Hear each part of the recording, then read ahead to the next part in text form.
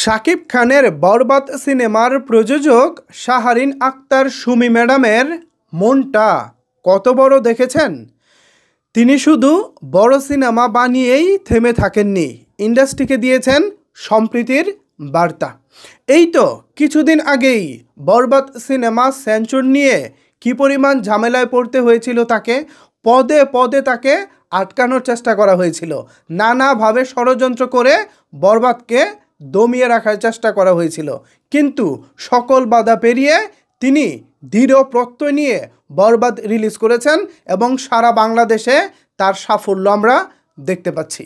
পাশাপাশি এই যে এই সব কর্মকাণ্ডে তিনি বিরক্ত না হয়ে অন্যান্য প্রযোজকদেরও তিনি সহযোগিতা করতেছেন।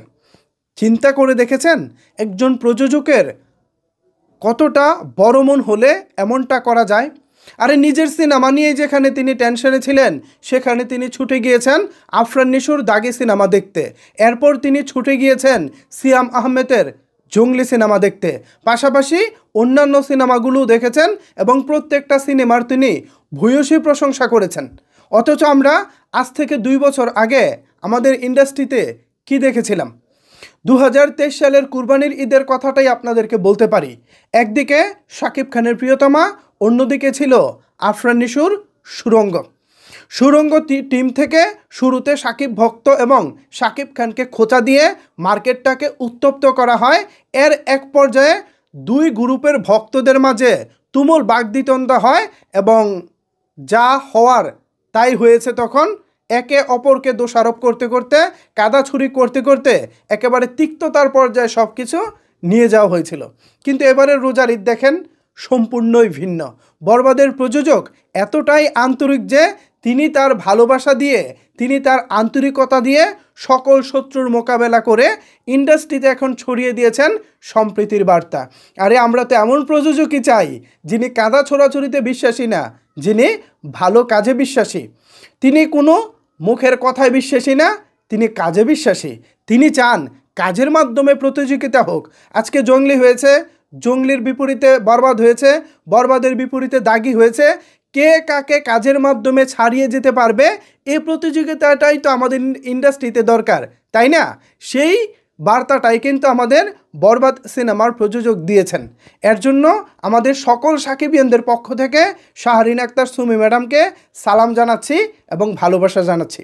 সত্যি ম্যাডাম, আপনি আপনার আন্তরিকতা দিয়ে আমাদের ইন্ডাস্ট্রিতে নতুন এক সম্প্রীতির বার্তা দিয়েছেন। অথচ আমাদের ইন্ডাস্ট্রি কিন্তু এত ভালো ছিল না ভাই, এত ভালো ছিল না। কে কাকে কটু কথা বলা যায়, কার পিছনে কে টেনে ধরা যায়, কার পিছনে কে গেম খেলা যায়, কাকে কিভাবে টেনে ধরা যায়, আমাদের ইন্ডাস্ট্রি কিন্তু ওই পর্যায়ে ছিল। বাট ওই পর্যায় থেকে এসে এই মুহূর্তে বরবাদের প্রযোজক যে সাহসিকতা এবং যে মানসিকতা দেখিয়েছেন, যে উদারতা দেখিয়েছেন, যে ভালোবাসা দেখিয়েছেন, এই ভালোবাসাটাই বজায় থাকুক আমাদের ইন্ডাস্ট্রিতে। আমরা প্রযোজকের কোনো দ্বন্দ্ব চাই না, পরিচালকদের মধ্যে কোনো দ্বন্দ্ব চাই না। আমরা চাই তাদের মধ্যে কাজ দিয়ে কাজকে ছাড়িয়ে যাওয়ার প্রতিযোগিতা হোক। এতে করে যেটা হবে আমাদের ইন্ডাস্ট্রিতে ভালো কাজ হবে। আজকে বরবাদ এসেছে, বরবাদকে এসে অন্য কিছু এসে ছাড়িয়ে যাক, আবার ওইটাকে আরেকটা কাজ এসে ছাড়িয়ে যাক, এভাবেই তো আমাদের ইন্ডাস্ট্রি এগিয়ে যাবে, তাই না? সো আমরা এই সম্প্রীতির বার্তাটা বজায় রাখতে চাই। ধন্যবাদ বরবাদের প্রযোজক শাহরিন আক্তার সুমি ম্যাডামকে। আপনি এভাবে সম্প্রীতির বার্তাটা ছড়িয়ে রাখুন সবার মাঝে। আপনি যেভাবে প্রত্যেকটা সিনেমা হলে গিয়ে দেখেছেন, আশা করি বাকিরাও আপনার ছবিটা এসে হলে দেখবেন এবং নিজেদের মধ্যে নিজেদের প্রতিযোগিতা হবে। আবারও ধন্যবাদ জানাচ্ছি বরবাদ সিনেমার প্রযোজককে আমাদের এত সুন্দর একটি সিনেমা উপহার দেওয়ার জন্য। আশা করি এই ধারাবাহিকতা বজায় থাকবে এবং ভবিষ্যতে বরবাদের চাইতেও আরও বড় বড় ধামাকা আমাদেরকে আপনি উপহার দিবেন। কি বলেন সাকিবিয়ানরা? ম্যাডামের জন্য যদি আপনাদের কোনো কিছু বলার থাকে তাহলে অবশ্যই সেটি নিচের কমেন্টস বক্সে জানাতে পারেন। ধন্যবাদ সবাইকে এতক্ষণ আমার সাথে থাকার জন্য।